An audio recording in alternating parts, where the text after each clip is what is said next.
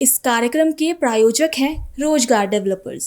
नमस्कार, pearls 24 news देख रहे हैं आप मेरे यानी अक्षता रावत के साथ। वक्त तो चला है उत्तराखंड उत्तर प्रदेश की खबरों का, लेकिन उससे पहले नजर डालेंगे हेडलाइंस पर। जापानी प्रतिनिधि मंडल से मिले उत्तर प्रदेश के मुख्यमंत्री योगी आदित्यनाथ। जापान के यामानाशी प्रांत के वाइस गवर्नर जुनिची शिडोरा से की मुलाकात। सरकारी आवास पर हुई प्रतिनिधिमंडल की बैठक। देहरादून में धामी कैबिनेट की हुई अहम बैठक। मंत्रिमंडल की बैठक में 8 प्रस्तावों पर लगी मुहर। 5 साल सेवा पूरी करने वालों को मिलेगी ट्रांसफर में राहत। उत्तराखंड के सीएम पुष्कर सिंह धामी ने महाराष्ट्र के डिप्टी सीएम अजीत पवार के निधन पर जताया दुख। पूर्व सीएम हरीश रावत ने भी शोक किया व्यक्त। सीएम ने कहा, अजीत पवार का निधन हमारे लिए बहुत बड़ा नुकसान। देहरादून में नियुक्ति पत्र वितरण कार्यक्रम का हुआ आयोजन। सीएम पुष्कर सिंह धामी ने वितरित किए नियुक्ति पत्र। शिक्षा मंत्री धन सिंह रावत भी साथ में रहे मौजूद। उत्तर प्रदेश सरकार में मंत्री ओम प्रकाश राजभर ने विपक्ष पर साधा निशाना। कहा, विपक्ष की सरकार के समय प्रदेश में होते थे दंगे, हमारी सरकार में लोगों को मिल रही हैं सुविधाएं। तुम दोनों की मेहनत बहुत रंग लाई है बेटा, घर बहुत सुंदर बना है। ये मेरे पापा का घर। पता है, देख तेरे पापा की नेम प्लेट अपने हाथों से लगाऊंगा। नेम प्लेट तो लग चुकी पापा।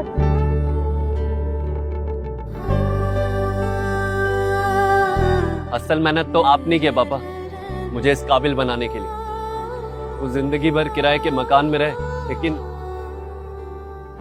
आज ये घर मेरा नहीं, ये है मेरे पापा का घर।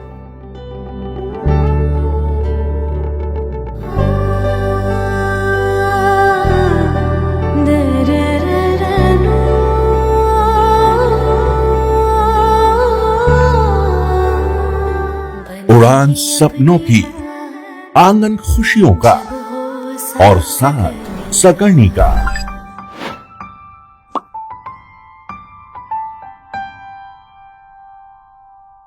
साठ वर्षों से आपके साथ मनोरंजन और संस्कार का संगम, जाह्नवी मैगजीन। चलिए अब देखेंगे खबरें विस्तार से। लखनऊ में मुख्यमंत्री योगी आदित्यनाथ ने जापान के यामानाशी प्रांत के वाइस गवर्नर जुनिची शिडोरा और 8 सदस्यों के एक उच्च स्तरीय प्रतिनिधिमंडल से मुलाकात की। साथ ही सीएम ने अपने सरकारी आवास पर बैठक कर कई मुद्दों पर चर्चा भी की। देहरादून सचिवालय में सीएम पुष्कर सिंह धामी की अध्यक्षता में कैबिनेट बैठक हुई। बैठक में कुल 8 अहम प्रस्तावों पर चर्चा के बाद उन्हें मंजूरी दी गई। कैबिनेट के फैसले में स्वास्थ्य, राजस्व, जनजाति कल्याण, भूजल संरक्षण, उच्च शिक्षा, रक्षा जैसे महत्वपूर्ण क्षेत्रों से जुड़े निर्णय शामिल हैं। इन फैसलों को राज्य के प्रशासनिक सुधार और दीर्घकालिक विकास से जोड़कर देखा जा रहा है। आपको बता दें कि बैठक की शुरुआत शोक प्रस्ताव के साथ हुई, जबकि इसके बाद मंत्रिमंडल ने एजेंडे में शामिल सभी प्रस्तावों पर निर्णय लिया। उत्तराखंड के सीएम पुष्कर सिंह धामी ने महाराष्ट्र के उप मुख्यमंत्री अजीत पवार के निधन पर गहरा दुख जताया है। सीएम धामी ने कहा कि वो सरल व्यक्ति थे और लोगों की सेवा के लिए समर्पित थे। उनका लंबा राजनीतिक करियर था, उनके निधन से बहुत बड़ा नुकसान हुआ है। तो वहीं पूर्व सीएम हरीश रावत ने भी महाराष्ट्र के उप मुख्यमंत्री अजीत पवार के निधन पर शोक व्यक्त किया। उन्होंने कहा कि इस तरह की दुर्घटनाओं की गहन जांच होनी चाहिए, जिससे आगे ऐसे हादसे ना हो। बहुत दुखद समाचार मिला है और सच में बहुत बड़ी क्षति हुई है। महाराष्ट्र के मुख्यमंत्री अजीत पवार की घटना में निधन हुआ है। इस प्रकार से मेरा व्यक्तिगत रूप से भी परिचय था, मिलना था, कई सारे कार्यक्रमों में, पार्टी के कार्यक्रमों में मिलना होता था। सरलता से मिलना, लोगों से, लोगों के बीच में रहना, सेवा करना और एक लंबा राजनीतिक करियर उनका रहा है। उन्होंने महाराष्ट्र राज्य में अपनी अनेक पदों पर रहकर अपनी सेवाएं दी हैं। उनका जाना एक बहुत बड़ा नुकसान कर रहा है। मैं भगवान से प्रार्थना करता हूँ, भगवान उनके श्री चरणों में स्थान दे और उनके पारिवारिक जनों को, सभी शुभचिंतकों को, उनके समर्थकों को, अन्य लोगों को, सबको भगवान इस दुख की घड़ी में इस दुख को सहन करना सकते। सर, एक गैरसैंण में सत्र सर क्या आप करने जा रहे हैं, कैसा है, इसको लेकर कोई चर्चा सर आज हुई? वो हम लोग पहले ही मंत्रिमंडल में ये तय कर चुके हैं। मंत्रिमंडल ने तय कर लिया है इस बार का जो बजट का सत्र होगा, तो बजट का सत्र हमारी ग्रीष्मकालीन राजधानी में आयोजित होगा और उसके लिए पहले से सभी तैयारियां वहां पर हो रही हैं और अच्छा सत्र हो। विधानसभा में बजट इस बार प्रस्तुत होना है, आम बजट प्रस्तुत होना है, उसके लिए सुझाव के कार्यक्रम चल रहे हैं, अन्य कार्यक्रम चल रहे हैं और हम सबको तिथि को लेकर सर कोई चर्चा है वैसे और तिथि तय कर लेंगे, बता जी देंगे। दुखद घटना है, अत्यधिक दुखद घटना है।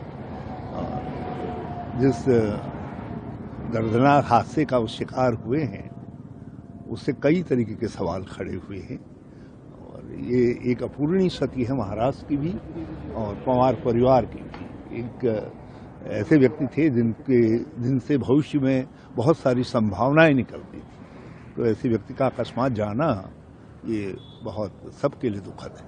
इमरजेंसी लैंडिंग के तहत ये हादसा हुआ है, इसमें प्लान किया। अब ये किन परिस्थितियों में कैसे क्या हुआ है ये तो जांच से चीजें सामने आएंगी, मगर देश ने एक होनहार नेता खो दिया।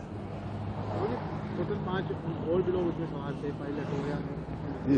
मैं सभी मृतकों के परिवारों तक अपनी संवेदनाएं प्रकट करता हूं और बहुत दुखद है, किसी का भी जाना बहुत दुखद है। और जिसका ये हादसा है उसको लेकर सवाल भी उठ रहे हैं, जांच की मांग भी की जा रही है कि इसकी जांच हो। कुछ सवाल तो उठे हैं और सवालों का समाधान होना चाहिए और वैसे भी इस तरीके के जो हादसे होते हैं उनकी गहराई से छानबीन होनी चाहिए ताकि दूसरी बार इस तरीके की संभावनाएं का न्यूनीकरण उसको समाप्त किया जा सके, ऐसी घटनाएं ना हो। सीएम फडणवीस ने कहा है मेरे अच्छे दोस्त थे, पुराने मित्र थे, उनका इस तरह चले जाना दुखद है। स्वाभाविक है, उनके साथ वो डिप्टी चीफ मिनिस्टर थे और ये अटल अलग बात है, कुछ खटर पटर चल रही थी और ऐसा लग रहा था कि ज़्यादा दिन तक उनके साथ रह नहीं पाएंगे, लेकिन एनीवे जो भी है और ऐसे दुख के मौके पर तो सब एक दूसरे के साथ संवेदनाएं प्रकट करते हैं, तो स्वाभाविक है मुख्यमंत्री अपने उप मुख्यमंत्री के आकस्मिक मौत से दुखी होंगे। पीएम मोदी हो या फिर एचएम हो, सबने दुख जताया है। सभी लोग दुखी हैं, सभी लोग।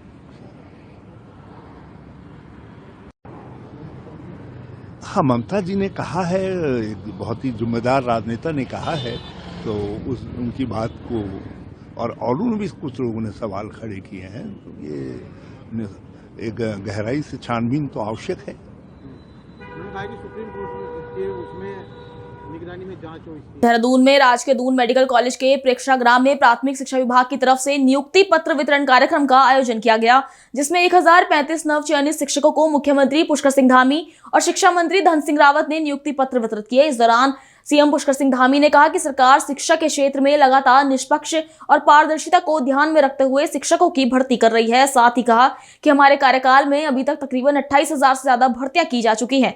सीएम धामी ने कहा कि हमारी सरकार युवाओं को रोजगार देने के लिए संकल्पित है और अभ्यर्थियों को उनकी योग्यता, प्रतिभा और क्षमता के आधार पर आगे भी इस तरह के रोजगार का अवसर मिलता रहेगा। सभी शिक्षा विभाग के सभी अधिकारीगण और आज जिनके लिए ये शानदार कार्यक्रम, बहुत ही भव्य समारोह, और मैंने बहुत सारे मुझे लगता है सैकड़ों नियुक्ति पत्र वितरण कार्यक्रम में अभी तक मैं सम्मिलित हो गया हूं, लेकिन उन सभी कार्यक्रमों में एक विशिष्ट कार्यक्रम जो आप सबकी नियुक्ति वितरण का हो रहा है, जिनको आज नियुक्ति मिलने वाले हैं, ऐसे सभी हमारे चयनित सभी अभ्यर्थीगण, सभी सहायक अध्यापक और उनके साथ आज इस कार्यक्रम में पधारे उनके सभी परिवारजन, उनके अभिभावकगण, मीडिया के सभी मित्र। मैं सबसे पहले तो आज के इस कार्यक्रम में नियुक्ति प्राप्त करने वाले आप सभी अभ्यर्थियों को हार्दिक बधाई देता हूं, हार्दिक शुभकामनाएं देता हूं और आप सभी के उज्जवल भविष्य की कामना करता हूं। साथ ही मैं आप सबके अभिभावकों का भी आज के इस अवसर पर उनका भी बहुत अभिनंदन करता हूं,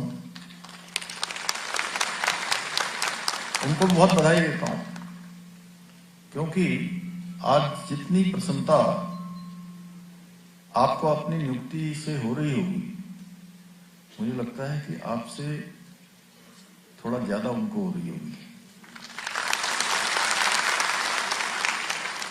क्योंकि उन्हीं के त्याग से, उनके परिश्रम से और उनके संस्कारों के कारण आज आप सभी जीवन के इस महत्वपूर्ण पड़ाव पर पहुंचे हैं और एक अध्याय आपका आज पूरा हो रहा है और नया अध्याय आज से शुरू हो रहा है। कई बार होता क्या है कि सरकारी नौकरी में चयनित हो जाना, बहुत बार ऐसा मान लिया जाता है कि अब तो बहुत मेहनत कर ली है, बहुत परिश्रम कर लिया है, काफी दौड़ भाग कर ली है, अब तो नौकरी मिल गई है इसलिए सब खत्म, अब कुछ नहीं, बस अब तो हो गया जी। लेकिन अब आपने जितना करा बहुत अच्छा, आपके माता पिता ने, गुरुजनों ने, सब ने आपके लिए बहुत प्रार्थना की है, आपने भी प्रार्थना की है, परिश्रम किया है। माता पिता ने भी अपना खाना न खाकर, कई लोगों ने अपनी जीवन की जो आवश्यकताएं होती हैं उनको कटौती करके आप सबके ऊपर लगाया है, तभी आपको ये दिन देखने को मिला है। तो ये मानिए कि आज से आपके एक नए अध्याय की शुरुआत हो रही है, आज से आपका एक नया सफर शुरू हो रहा है, यहां से एक नई शुरुआत आपकी हो रही है। और मेरे लिए यह अत्यंत हर्ष का विषय है कि मुझे आज शिक्षा विभाग के अंतर्गत विभिन्न जनपदों के प्राथमिक महाविद्यालयों में 1100 से भी अधिक सहायक अध्यापकों तथा उधम सिंह नगर जनपद में विशेष शिक्षा के लिए चयनित 18 सहायक अध्यापकों को आज नियुक्ति पत्र वितरण समारोह में नियुक्ति पत्र देने का सौभाग्य प्राप्त हो रहा है। मुझे पूरा विश्वास है कि आप सभी युवा शिक्षक राज्य में शिक्षा का एक बेहतर वातावरण बनाने में और शिक्षा को मजबूत बनाने में, हमारे बच्चों के, नौनिहालों के भविष्य को स्वर्णिम बनाने के लिए आप बहुत परिश्रम के साथ काम करेंगे, पूरे समर्पण के साथ काम करेंगे, पूरे मनोयोग के साथ काम करेंगे। साथियों, आज से आप सभी के कंधों पर उत्तराखंड के भविष्य को गढ़ने और संवारने की बहुत ही अत्यंत महत्वपूर्ण जिम्मेदारी आ गई है। क्योंकि जब किसी बच्चे को अच्छी शिक्षा मिलती है, आप स्वयं सोचिए कि आप लोग जब बचपन में पढ़ते थे, स्कूल जाना शुरू किया, उस समय जो शिक्षा आपको मिली होगी वही शिक्षा आपके पूरे संपूर्ण जीवन भर यहां तक पहुंचने में काम आई होगी।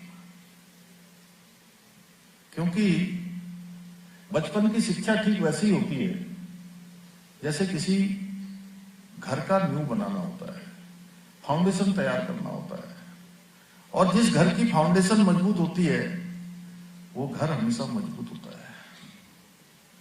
इसकी फाउंडेशन में थोड़ी भी कमी रह जाती है तो मकान बन जाने के बाद फिर फाउंडेशन को ठीक करने का अवसर नहीं मिलता है। इसलिए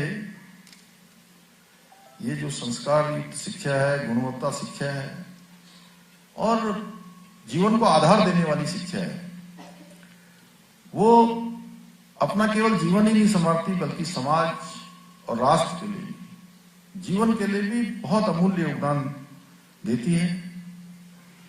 और आप सबको हमेशा ये ध्यान में रखना है, जब भी आप पहली कक्षा में बच्चों को शिक्षा देने के लिए जाएंगे तो शिक्षा के साथ संस्कार भी देंगे, ये हमारी जिम्मेदारी बनती है। और हमारे स्मरण में रहना चाहिए कि आप उज्जवल भविष्य, देश के उज्जवल भविष्य के सच्चे शिल्पकार आप लोग हैं।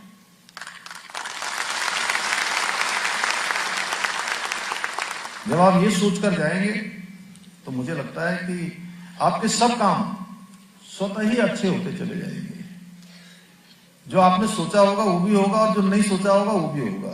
बढ़ेंगे अगली खबर की ओर। उत्तर प्रदेश सरकार में मंत्री ओम प्रकाश राजभर ने विपक्ष पर जमकर निशाना साधा है। उन्होंने कहा कि प्रदेश में सपा की सरकार को लोग गुंडों की सरकार कहते थे। विपक्ष की सरकार के समय प्रदेश में सिर्फ दंगे होते थे और कर्फ्यू लगते थे, लेकिन आप पूर्वांचल जाएंगे तो वहां आपको पूर्वांचल एक्सप्रेसवे मिलेगा। आज लोगों को सुविधा मिल रही है। आज हमारे पास पर्याप्त पुलिस बल है। योगी आदित्यनाथ ने जो बयान दिया वो सही बयान दिया है। प्रदेश में समाजवादी पार्टी की सरकार को लोग गुंडों की सरकार कहते थे। कांग्रेस की सरकार रही हो चाहे बसपा की सरकार रही हो, दंगे होते थे, कर्फ्यू लगते थे। आज 9 साल में इन सब चीजों पर विराम लगा है। इसमें कोई किसी से भी पूछेंगे तो लोग इस बात को, विपक्ष भी इस बात को दबे मन से, दबे जुबान से स्वीकार करता है कि यहां दंगे कर्फ्यू।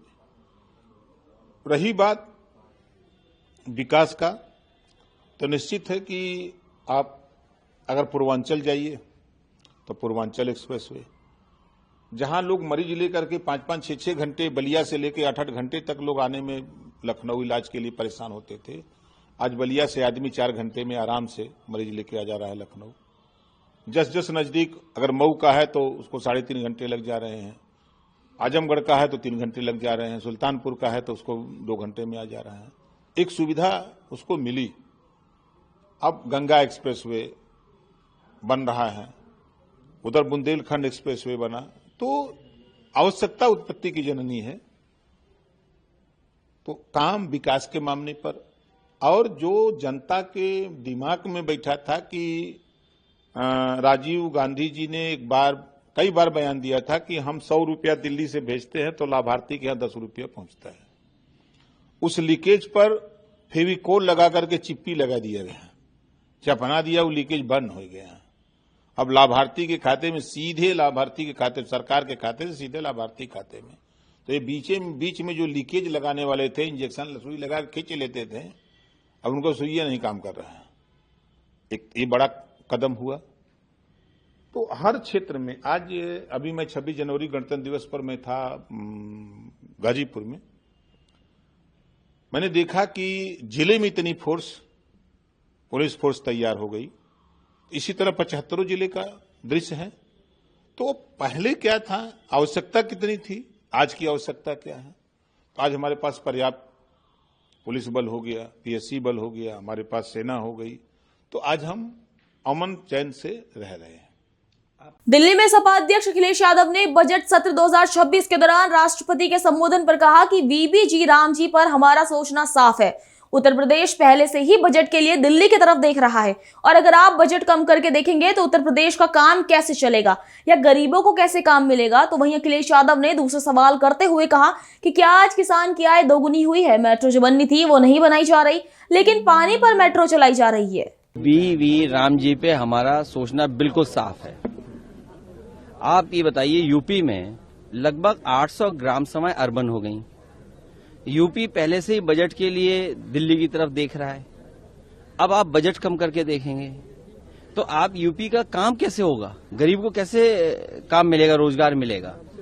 दूसरा सवाल, जब ये कह रहे हैं कि दुनिया में धान में, इन फसलों में, दूध में हम न जाने कहां पहुंच गए हैं, जो पहले दिन सपना दिखाया था कि किसान की आय दोगुनी हुई, क्या आज किसान की आय दोगुनी हो गई? और फिर मेट्रो की लाइन बिछाने में या मेट्रो बनाने में दुनिया में सबसे आगे निकल गए। हमारे मुख्यमंत्री और कदम आगे निकल गए। मेट्रो जो बढ़नी थी वो नहीं बनाई, पानी पे मेट्रो चला रहे हैं। सोचिए, पानी पे मेट्रो चला रहे हैं, जो मेट्रो पहले से थी वो नहीं आगे बढ़ा पाए। और फिर अगर दुनिया में हम सबसे आगे पहुंच जाएं और प्रधानमंत्री के क्षेत्र में मेट्रो न बने तो फिर क्या फायदा है दुनिया में आगे पहुंचने का। हरिद्वार में नाबालिग का अपहरण कर छेड़छाड़ करने के आरोपी को ज्वालापुर कोतवाली पुलिस ने चंद घंटों के भीतर ही गिरफ्तार कर लिया है। जानकारी के मुताबिक बीते रोज ज्वालापुर कोतवाली क्षेत्र निवासी एक व्यक्ति ने पुलिस को तहरीर देकर अपनी नाबालिग पुत्री के साथ 26 जनवरी को अपने साथ स्कूटी में बैठाकर नहर किनारे एकांत जगह ले जाकर गलत हरकत कर छेड़छाड़ करने का आरोप लगाते हुए मुकदमा दर्ज कराया था। पुलिस ने आरोपी की गिरफ्तारी के लिए टीमों का गठन किया, जिसके बाद पुलिस ने आरोपी को गिरफ्तार कर मामले में आगे की कार्रवाई शुरू कर दी है। अगली खबर भी हरिद्वार से है। हरिद्वार के ज्वालापुर में अवैध शराब तस्करी का मामला सामने आया है। एक वीडियो वायरल हुआ है जिसमें एक व्यक्ति स्कूटी से होम डिलीवरी कर रहा है। स्थानीय निवासियों का आरोप है कि ज्वालापुर क्षेत्र में कई जगहों पर शराब का गिरोह सक्रिय है, लेकिन आबकारी विभाग और प्रशासन ने अभी तक कोई कार्रवाई नहीं की है। जहां शराब की सप्लाई होने की शिकायतें स्थानीय लोगों ने कई बार की, लेकिन आरोप है कि कार्रवाई न होने से तस्करों के हौसले बुलंद है। जिसके बाद स्थानीय निवासियों ने शासन प्रशासन से मांग की है कि क्षेत्र को अवैध शराब से मुक्त करने के लिए विशेष अभियान चलाया जाए और छापेमारी कर बड़े नेटवर्क का खुलासा किया जाए। सोनभद्र में रॉबर्ट्सगंज कोतवाली पुलिस और एसओजी टीम को एक बड़ी सफलता हाथ लगी है। पुलिस ने 2 लग्जरी कारों से 5 तस्करों को गिरफ्तार किया, जिनके पास से पुलिस ने 60 किलो गांजा बरामद किया है। तो वहीं मौके पर 5,25,000 रुपए नगद, 7 मोबाइल फोन भी जब्त किए। आपको बता दें कि गिरफ्तार तस्करों में से एक सिपाही सुनील यादव भी शामिल है, जो 2018 में बर्खास्त हो चुके थे, लेकिन वर्तमान में कोर्ट के आदेश पर यूपी पुलिस में तैनात थे। तो वहीं अब पुलिस ने गिरफ्तार तस्करों से पूछताछ शुरू कर दी है, लेकिन जल्द ही किसी बड़े ड्रग नेटवर्क का खुलासा हो सकता है। देखिए, थाना रॉबर्ट्सगंज पुलिस द्वारा और स्वाट टीम द्वारा कुछ व्यक्तियों को गिरफ्तार किया गया है। 27 तारीख को समय लगभग रात के 10:30 बजे टीमों को ये सूचना प्राप्त हुई थी कि एक ढाबा पड़ता है, उसके पास 2 स्कॉर्पियो वाहन में कुछ व्यक्ति गांजा लेकर के जा रहे हैं। उसी क्रम में तलाशी ली गई, वहाँ मौके पर जाकर के 2 गाड़ी बरामद हुई। एक OD 15Z4146 ये स्कॉर्पियो क्लासिक गाड़ी है, जिसमें 2 बोरी में 40 किलोग्राम व एक स्कॉर्पियो N संख्या की गाड़ी है, जिसका UP 323600 करके नंबर है, जिसमें 20 किलोग्राम कुल 60 किलोग्राम जो मादक पदार्थ है गांजा वह बरामद हुआ और 5,20,000 रुपये नगद व कुछ कैश बरामद हुआ है। इनमें टोटल 5 अभियुक्त गिरफ्तार हुए हैं। सबसे बड़ी बात है कि जितने भी अभियुक्त गिरफ्तार हुए हैं, इनके ऊपर मिनिमम आधा दर्जन मुकदमे दर्ज हैं और कुछ ऐसे अभियुक्त भी हैं, सूरज कुमार सोनी, जिसके ऊपर लगभग 21 मुकदमे दर्ज हैं सुल्तानपुर व अमेठी जनपद व प्रतापगढ़ जनपद में। इसमें जो एक व्यक्ति गिरफ्तार हुआ है, जिसका नाम सुनील कुमार यादव है, ये पुलिस विभाग में आरक्षी के पद पे भी कार्यरत है और वर्तमान समय में सुल्तानपुर पुलिस में आरक्षी के पद पे कार्यरत है। जब इसके और पूछताछ की गई तो पता चला ये सुल्तानपुर पुलिस में आरक्षी था और कल ये भी सूरज कुमार सोनी के साथ यहाँ पे गांजा लेने के लिए आया हुआ था।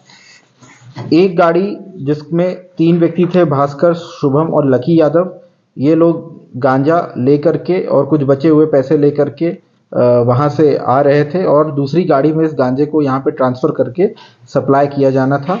इनमें पूछताछ में ये भी पता चला है इनमें से कुछ अभियुक्तों ऊपर हत्या जैसे गंभीर धाराओं के मुकदमे भी दर्ज हैं। ये सभी के सभी बड़े अपराधी हैं। जो आरक्षी इसमें सुनील यादव है, वह पुलिस में आकर के बर्खास्त भी हुआ था 2018 में, उसके बाद फिर कोर्ट के माध्यम से बहाल हुआ था, लेकिन दोबारा इसी गलत कार्यों में वे लिप्त हो गए हैं। इसकी रिपोर्ट भी संबंधित जनपद को दी जा चुकी है। इस कार्रवाई पर विभागीय कार्रवाई क्या? इसके लिए हमने SP सुल्तानपुर साहब को पत्र लिख दिया है और जो अन्य अपराधी भी हैं उनके लिए भी संबंधित जनपदों में हमने लिखा है, क्योंकि ये अभ्यस्त अपराधी हैं तो सभी जनपदों को हमने ये भी बोला है कि इनकी हिस्ट्री शीट खोल करके निगरानी भी की जाए। टीम को पुरस्कार लगभग 10,000 रुपये का पुरस्कार टीम को दिया जा रहा है और जो इसमें 2 गाड़ी हमें बरामद हुई हैं, 5,20,000 रुपये नगद बरामद हुए हैं और जो कुछ उड़ीसा के कनेक्शन सामने आए हैं उनको भी खंगाला जाएगा। मामले में बहुत ज़्यादा बरामद हुई, 5,20,000। देखिए, कोई गैंग संचालित कर रहे थे? ये बहुत बड़ा गैंग जो इस समय लखनऊ, सुल्तानपुर, प्रतापगढ़ और यहाँ तक कि दिल्ली में भी ये लोग सप्लाई करते हैं। पूछताछ में भी प्रकाश में आया था इनके पास पिट्ठू बैग ढोने वाले कुछ ऐसे व्यक्ति भी हैं जो ट्रेनों के माध्यम से भी गांजा उड़ीसा से लाते हैं और अलग अलग जनपदों में सप्लाई करते हैं। एक अन्य व्यक्ति के इसमें नाम सामने आया है जो बड़ा सप्लायर बताया जा रहा है, जिसके लिए हमारी टीम अभी उसकी गिरफ्तारी के लिए प्रयासरत है। जो विधिक कार्रवाई हुई है तो को लेके सभी लोगों की कितनी प्रोबेबिलिटी है कि जल्दी ये लोग बाहर नहीं आएंगे? उत्तरकाशी मुख्यालय के कलेक्ट्रेट परिसर में इन दिनों कुत्तों का आतंक बना हुआ है, जहां 2 दिन में कुत्तों के हमले से 3 लोग गंभीर रूप से घायल हो गए, जिससे जिला बार एसोसिएशन के अध्यक्ष भी शामिल हैं। तो वहीं कुत्तों के आतंक के चलते कलेक्ट्रेट परिसर में कार्यरत कर्मचारियों के साथ आम लोगों में भी डर का माहौल बना हुआ है, जहां सभी लोगों ने कुत्तों के आतंक से मुक्त करने की मांग उठाई है। साथी एडवोकेट्स हैं, वो भी जो है यहाँ पर जो है कलेक्ट्रेट परिसर में अपने मुकदमों के सिलसिले में आते हैं और मैं भी कल आया था हमारे अध्यक्ष महावीर प्रसाद भट्ट जी को कल यहाँ पर जो है कुत्ते ने अचानक काटा, उन्हें इंजेक्शन लगाना पड़ा। अभी 4 इंजेक्शन और लगने हैं। और ये भी जानकारी मिली है कि अन्य कई लोगों को भी जो है कुत्तों ने काटा है। यहाँ पर जो है कई आवारा कुत्ते घूमते रहते हैं, उनके बच्चे भी हैं, तो हो सकता है वो जो है ऐसी मतलब झपटने के कारण और काटने से लोगों में आतंक है। और हम ये समझते हैं कि यहाँ पर जो कम से कम जो यहाँ पर जो होमगार्ड के लोग हैं या जो अन्य जो है यहाँ पर पुलिसकर्मी हैं, उन्हें इन आवारा कुत्तों को भगाना चाहिए और सुरक्षा लोगों की सुरक्षा की जानी चाहिए। धन्यवाद। रामनगर के पीरूमदारा इलाके में दिन दहाड़े गुलदार ने एक मजदूर पर हमला कर दिया, जिससे वो गंभीर रूप से घायल हो गया। घायल मजदूर की पहचान रईस अहमद के रूप में हुई है, जिसे रामनगर के रामदत्त संयुक्त चिकित्सालय में भर्ती कराया गया। हमले के बाद पूरे क्षेत्र में डर का माहौल है और वन विभाग ने इलाके में गश्त बढ़ा दी है। मेरा नाम रईस अहमद ना हुई, हमारे खेत के बराबर मझाड़ी है। मैं पानी देख रहा था खेत में गेहूं के, और उधर झाड़ी में से निकल के आया, सीधा मेरे ऊपर हमला कर दिया और मैं गिर गया। मेरी चीख निकल गई और पकड़ने देगा, हल्ला गुल्ला काटा तो छोड़ के भाग गया। सर मुझे इतना हो गया, गोल गोल टिक्कारे देखे मैंने सामने से उसके। अच्छा इतना देख पाया मैं। खेत नहीं मजदूरी करता हूँ। अच्छा नौकरी करते हैं। कहाँ के रहने वाले हो आप? मैं कठियापुर रहने वाला हूँ, और कुलबंद चड्डा के खेत हैं वो, जिस पर हमला किया मुझे। ये भी एक मरीज आया था हमारे पास, रईस 45 साल एज थी उसकी। पीरूमदारा के अंदर उन्होंने बताया कि कठिया पुल है कहीं पर जगह, वहाँ गुलदार ने अटैक किया। तो एक सिर में चोट है, अभी पेशेंट को फिलहाल यहाँ भर्ती कर लिए गए उपचार के लिए। अभी के लिए इतना ही। खबरों के लिए बने रहिए पल्स 24 न्यूज के साथ। नमस्कार। इस कार्यक्रम के प्रायोजक थे रोजगार डेवलपर्स। तुम दोनों की मेहनत बहुत रंग लाई है बेटा, घर बहुत सुंदर बना है। ये मेरे पापा का घर। पता है, देख तेरे पापा की नेम प्लेट अपने हाथों से लगाऊंगा। नेम प्लेट तो लग चुकी पापा।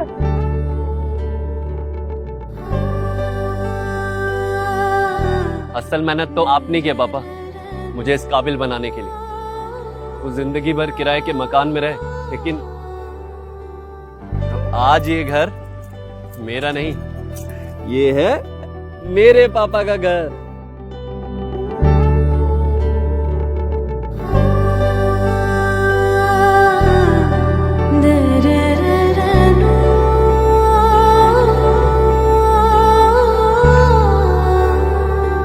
उड़ान सपनों की, आंगन खुशियों का, और साथ सकर्णी का।